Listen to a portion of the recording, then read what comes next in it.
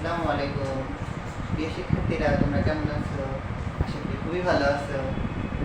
কালকের ক্লাস তো নিশ্চয়ই তোমরা করেছো বা দেখেছো। তো কালকে আমরা কি শিখছি? ভগ্নাংশ। তো ভগ্নাংশের আরো বেশ কিছু অঙ্ক আছে যেগুলো আজকে আমরা করার চেষ্টা করব। তোমাদের কাছে তো নিশ্চয়ই শীট আছে। তো শীটের আজকে আমরা 13 নম্বর অঙ্ক শিখবো। কত নম্বর অঙ্ক? 13 নম্বর। ঠিক আছে? তো 13 নম্বর অঙ্কের দিকে যদি তাকাও, তাহলে 13 নম্বর অঙ্কে যেটা বলছে যে সমতুল ভগ্নাংশগুলোর খালি ঘর পূরণ করো। সমতুল ভগ্নাংশের খালি ঘর পূরণ করো। দুইটা ভগ্নাংশের মান যদি একই হয়, তোমরা ভগ্নাংশ জানো যে ভগ্নাংশের হচ্ছে প্রথম রাশি বা প্রথম পদ, অনুপাত, দ্বিতীয় পদ। তাহলে এরকম যদি দুইটা ভগ্নাংশের মাঝখানে সমান সমান চিহ্ন থাকে, সেই ভগ্নাংশগুলোকে কি বলি? সমতুল ভগ্নাংশ। তো এখানে দেখো দুইটা ভগ্নাংশ দেওয়া আছে। আমরা প্রথম যে অঙ্কটা, ক নম্বর অঙ্কটাতে দেখো দেওয়া আছে হচ্ছে 2:3। মাঝখানে কি চিহ্ন আছে? সমান সমান চিহ্ন। এবং লক্ষ্য করো পরে যে অনুপাতটা, পরের অনুপাত 8 অনুপাত এখানে ফাঁকা ঘর রাখছে।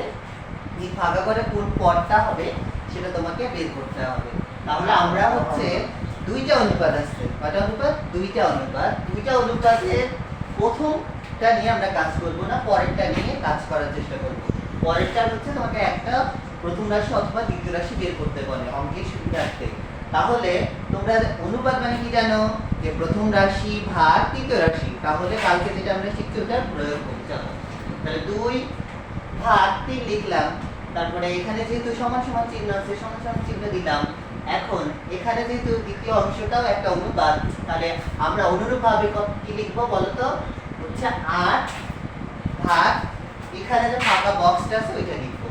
এবার খেয়াল করো, এবার খুবই গুরুত্বপূর্ণ একটা বিষয় হচ্ছে এই ফাঁকা ঘরে কত মান বের হবে কি বা কি সংখ্যা বের হবে সেটা তোমাকে বের করতে হবে।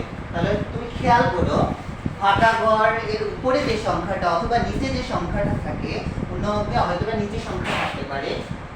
যদি উপরে সংখ্যা থাকে বা নিচে সংখ্যা, আমরা সেই সংখ্যাটার মতন একটা সংখ্যা সৃষ্টি করব।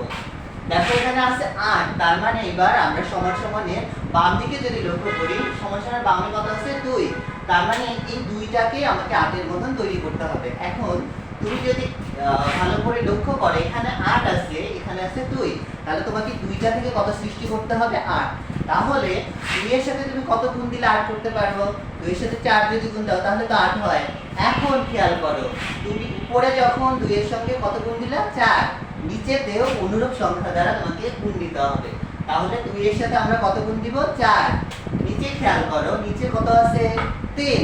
তাহলে উপরে 2 এর সঙ্গে তুমি 4 গুণ করছো, তাহলে স্বাভাবিকভাবে এই নিচেও তোমাকে কত দ্বারা গুণ করতে হবে? 4।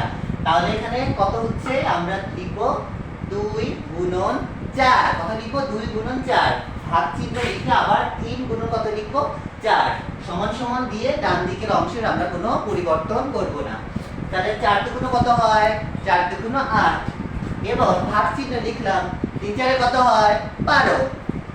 ঠিক আছে? এবার বুঝতে পারছো? আবার সমান সমান চিহ্ন দিয়ে বাম ডান দিকে যে অংশগুলো আছে ওগুলো অপরিবর্তিত থেকে যাবে। তো খেয়াল করো, এখানে 8 ভাগ 12 হচ্ছে সমান সমান, এখানে হচ্ছে 8 ভাগ ফাঁকা যে অংশটা বা যে অংশটা তোমাকে পূরণ করতে হচ্ছে সেটা বের করতে হবে। এখন দেখো উপরে আমার কত হচ্ছে? সমান সমানের বাম দিকে হচ্ছে 8, ডান দিকেও 8। তাহলে নিচের দিকে লক্ষ্য করে এক জায়গায় আছে ফাঁকা অংশ আর এক জায়গায় আছে কত? 12। তার মানে এই ফাঁকা অংশ হচ্ছে তোমার কোন সংখ্যাটা বলবে? 12। তাহলে এবার আমরা তাহলে যে প্রথম অঙ্কের প্রথম লাইনের দিকে তাকাও, আমাকে অঙ্কে কি বলছে? খালি ঘর পূরণ করো। তাহলে কি যে 8 এর পরে অনুপাত চিহ্নের পর যে খালি ঘরটা আছে ওখানে কত লিখবো? 12। কত লিখবো? 12। তাহলে আমাদের উত্তর কত? 12। এবার আমরা আরেকটা অঙ্ক করার চেষ্টা করি। খ নম্বরের অঙ্কটাতে দেখি কি আছে। খ নম্বরের অঙ্কটাতে আছে হচ্ছে 5:6। যেহেতু এটা সমতুল ভগ্নাংশ, তার মানে মাঝখানে অবশ্যই কি চিহ্ন থাকবে? সমান সমান চিহ্ন থাকবে। সমান সমান চিহ্ন দিয়ে এবার দেখো এখানে কিন্তু আগের অঙ্কেতে আমাদের বক্সটা পরে ছিল, অর্থাৎ দ্বিতীয় রাশিতে ছিল, কিন্তু এখানে দেখো প্রথম রাশিতেই বক্সটা আছে। তো নিয়ম কিন্তু আগের মতনই থাকবে। তাহলে আমরা প্রথম বক্স অনুপাত 36। তাহলে আগের মতন করে অনুপাত মানে কি? ভগ্নাংশ। তাহলে 5 অনুপাত বা 5 ভাগ 6 সমান সমান উপরে যেহেতু খালি বক্স অনুপাতের পরিবর্তে আমরা ভাগ চিহ্ন লিখে 36 লিখবো। তো খেয়াল করো আগের অঙ্কে কিন্তু উপরে হচ্ছে 8 ছিল, আমরা 8 তৈরি করছি, কিন্তু এবার নিচের দিকে তাকাও, এখানে নিচে কত আছে 36, তাহলে তোমার কত তৈরি করতে হবে, প্রথম ভগ্নাংশ থেকে কত তৈরি করার চেষ্টা করতে হবে 36। এখন তোমার প্রয়োজনের সুবিধার্থে তুমি এমন সংখ্যা দুটো খুঁজে নিবা যে সংখ্যা দ্বারা গুণ করলে অন্যদিকে 36 হয়। তো এখানে দেখো কত আছে, প্রথম অনুপাতের দিকে যদি লক্ষ্য করো তাহলে কত আছে 5 ভাগ 6, 5 ভাগ 6। এবার দেখো তুমি তো নিচেই দেখো 36 উপরে আছে না নিচে আছে, নিচে, তার মানে তুমি 5 দিয়ে কিন্তু 36 তৈরি করবে না, কত দিয়ে 36 করার চেষ্টা করবে 6 দিয়ে। তাহলে এখানে আছে 6, তুমি তো 6 ঘরে নামটা পারো, 6 6 কত হয় 36। তাহলে নিচে তুমি কত দ্বারা গুণ করলা 6 দ্বারা, তাহলে উপরেও অনুরূপ সংখ্যা দ্বারা তোমাকে গুণ করতে হবে। তাহলে 5 গুণন কত লিখবো 6, ঠিক আছে, সমান সমান চিহ্ন দিয়ে ডান দিকে যে অংশটা আছে সেটা কত থাকবে অপরিবর্তিত থাকবে। তো এবার 5 6 যদি গুণ করো 5 6 কত হয় 30, ভাগ চিহ্ন লিখলাম, 6 6 কত হয় 36। তারপরে সমান সমান চিহ্ন আবার আগের মতো করে প্রথমে বক্সটা লিখবো, তারপরে ভাগ চিহ্ন দিয়ে কত লিখবো 36। এবার খেয়াল করো আমরা এবার নিচের দিকে লক্ষ্য করি, নিচে কত আছে 36 36, তাহলে নিচে কত আছে 36 36, তাহলে আমরা কি করার চেষ্টা করছি 36 তৈরি করার চেষ্টা করছি। তাহলে ফাঁকা অংশের মান আমরা কত পাইলাম 30, তাহলে প্রদত্ত অংশে তোমার উত্তর কত 30। তাহলে এই অঙ্কে এখানে তাহলে কত হবে 30। এবার দেখো এবার আরেকটা অঙ্ক করার চেষ্টা করি। এতক্ষণ আমরা কি করলাম গুণ দিয়ে 36 বানানোর চেষ্টা করলাম অথবা 8 বানানোর। এবার যদি অন্য সংখ্যা থাকে, অর্থাৎ তোমাকে সব সময় যে গুণ করতে হবে তা না, অনেক সময় ভাগও করতে হয় ভগ্নাংশের সুবিধার্থে। এবার যদি আমরা গ নাম্বার অঙ্কের দিকে তাকাই, দেখো গ নাম্বার অঙ্কটা ভালো করে লক্ষ্য করো, এখানে কিন্তু প্রথম অনুপাতটাতে আমার ফাঁকা বক্স রয়েছে। দেখো 7 অনুপাত ফাঁকা বক্স সমান সমান 42 ভাগ 54। এবার খেয়াল করো আগের অন্তর্গত, তাহলে আমরা কি লিখবো 7 ভাগ ফাঁকা বক্স সমান সমান 42 ভাগ 54। এবার খুবই গুরুত্বপূর্ণ একটা বিষয়, সেটা হচ্ছে এখন নিচে তুমি কি করবা 7 তৈরি করবা।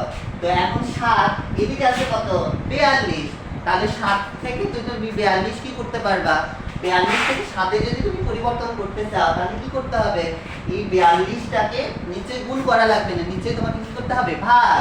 তাহলে দেখো তো 42 সাথে কত ভাগ দিলে তোমার 7 হবে, তোমরা নিশ্চয়ই জানো কত হয় 6 7 42। তাহলে আমরা যদি 42 থেকে 7 তৈরি করতে চাই তাহলে কত দ্বারা ভাগ করতে হবে 6 দ্বারা। দেখো আগের অঙ্কে আমরা কিন্তু কি করলাম গুণ করলাম, কিন্তু এখানে কি করতেছি ভাগ করতেছি, কারণ এখানে কত আছে 42, ঠিক আছে, কারণ এখানে কত আছে 42, ভালো করে লক্ষ্য করে এখানে কত আছে 42। তাহলে আমরা 42 কে কত দ্বারা ভাগ করে 7 পাই 6 দ্বারা, তাহলে আমরা 42 কে 6 দ্বারা ভাগ দিলাম, ঠিক আছে। এখন তুমি হচ্ছে উপরে 42 কে 6 দ্বারা ভাগ করলে নিচের যে সংখ্যাটা থাকবে সেখানেও অনুরূপ সংখ্যা দ্বারা তুমি কি করবা ভাগ করবা। তাহলে আমি 54 কে কত দ্বারা ভাগ দিব 6 দ্বারা, ঠিক আছে। প্রথম অংশটাতে আমরা 7 ভাগ বক্সটা লিখে সমান সমান চিহ্ন দিয়ে 42 ভাগ কত লিখবো 6, নিচে ভাগ চিহ্ন দিয়ে আবার আমরা কত লিখবো 54 ভাগ 6। এবার পরের লাইনে গিয়ে প্রথম অংশে বা বাম পক্ষের অংশে তো আমাদের কোনো কাজ করতে হবে না, অপরিবর্তিত থেকে যাবে। এটা হচ্ছে 7 ভাগ কত লিখবো বক্স, খালি বক্সটা সমান সমান চিহ্ন। এবার এখানে 42 কে 6 দ্বারা ভাগ করলে কত হয় 7, তাহলে আমরা কত পাই 7। এবার 54 কে তুমি কত দ্বারা ভাগ করবা 6 দ্বারা, তাহলে কত হয় 6 9 কত হয় 54, ঠিক আছে। তাহলে নিচে কত লিখবো 9। এবার খেয়াল করো আগের অঙ্কের মতো আমরা উপরে পেয়ে গেলাম একই জাতীয় মান পেয়ে গেলাম। দেখো এখানে বাম দিকে যদি লক্ষ্য করে বাম দিকে 7 ডান দিকে 7, তাহলে এই ফাঁকা অংশটুকু সমান সমান তুমি কত বলতে পারবা 9, তার মানে এই ফাঁকা অংশে তোমাকে কত লিখতে হবে 9। এবার দেখো ভাগের নিয়মে আমরা আরেকটা অঙ্ক করার চেষ্টা করি, ঠিক আছে। তার মানে খেয়াল করো এবার দেখো এখানে প্রথমে শুরুতে অর্থাৎ প্রথম যে অনুপাত, প্রথম অনুপাতের প্রথম রাশিতে একটা ফাঁকা বক্স রয়েছে, তারপরে লিখছে অনুপাত চিহ্ন 9 সমান সমান এখানে কত আছে 63 ভাগ 81, 63 ভাগ কত দেওয়া আছে 81। তাহলে ভগ্নাংশের নিয়ম অনুসারে প্রথম অনুপাত ভাগ দ্বিতীয় অনুপাত লিখবো। তাহলে প্রথম অনুপাত যেহেতু ফাঁকা, তো ফাঁকা অংশটা লিখবো বা বক্সটা লিখবো। লিখার পর আমরা কত লিখবো? ভাগ। ভাগ লিখে 9 লিখবো। সমান সমান এখানে আছে 63 অনুপাত 81। তাহলে তুমি কি লিখবা? 63 ভাগ 81। এবার খেয়াল করো, এবার আমার বক্সটার নিচে যদি লক্ষ্য করো কত আছে? 9। তাহলে আমাকে কত তৈরি করতে হবে? 9 তৈরি করতে হবে। ডান দিকে যে অংশটা সেখান থেকে করার চেষ্টা করবে। ডান দিকে উপরের অনুপাতটা না, আমরা নিচের অনুপাত, অর্থাৎ আমরা প্রথম রাশি না দ্বিতীয় রাশি থেকে বের করার চেষ্টা করব। তাহলে এখানে কত আছে বলো তো? 81। তো 81 থেকে তুমি কিভাবে 9 পাবা? তাহলে তুমি যদি হচ্ছে 9 দ্বারা ভাগ করো 81 কে, 9 কত দ্বারা ভাগ করবা? 9 দ্বারা। ঠিক আছে? তাহলে তুমি 81 কে কত দ্বারা ভাগ করলা? 9 দ্বারা। সেম প্রক্রিয়ায় তাহলে উপরের সংখ্যাটাকে কত দ্বারা ভাগ করতে হবে? 9 দ্বারা। তাহলে এখানে তাহলে আমরা লিখব, কিভাবে লিখব? 63 ভাগ 9। আবার আমরা কি করব? 81 ভাগ 9। ঠিক আছে? তারপরের লাইনে গিয়ে যেটা করব সেটা হচ্ছে বক্স ভাগ 9 সমান সমান 63 কে যদি 9 দ্বারা ভাগ করি তাহলে কত পাই? 7। কত পাই? 7। সেই 7টা লিখব। তারপরে ভাগ চিহ্ন লেখার পর আমরা 81 কে যদি 9 দ্বারা ভাগ করি কত পাই? 9। তাহলে আমরা ফলাফল কি পেয়ে গেলাম? 7 ভাগ 9। এবার খেয়াল করো, নিচের দিকে 9 9 রাশি সৃষ্টি হচ্ছে। বাম দিকে আছে কত? 9 এবং ডান দিকে কত আছে? 9। তাহলে তো আমার 9 9 কিন্তু মিলে যাচ্ছে। তাহলে উপরের এই বক্স সমান সমান আমরা কত বলতে পারি? 7। তাহলে কত বলতে পারি? 7। তার মানে আমাদের প্রদত্ত উত্তর, আমরা যে খালি বক্সটা আছে ওখানে কত লিখতে পারি? 7। তার মানে এখানে লিখবো 7। আশা করি তোমরা বুঝতে পারতেছো। আমরা পরবর্তী ক্লাসে তোমাদের আরো অঙ্ক করার চেষ্টা করব। তোমরা সবাই ভালো মতন থেকো এবং পড়ালেখাও করিও। সবাইকে ধন্যবাদ।